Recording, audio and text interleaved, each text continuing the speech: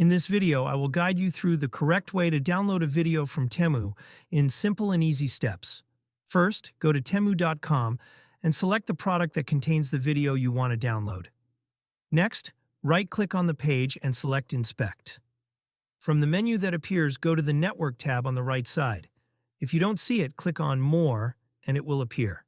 Then select the Media category to filter the results and play the video you want to download. You will notice the video link appearing in the list. Click on it to open the download page. On the new page, click on the three dots in the top right corner, then select Download, and after that, click Save to store the video on your device. To access the video after downloading,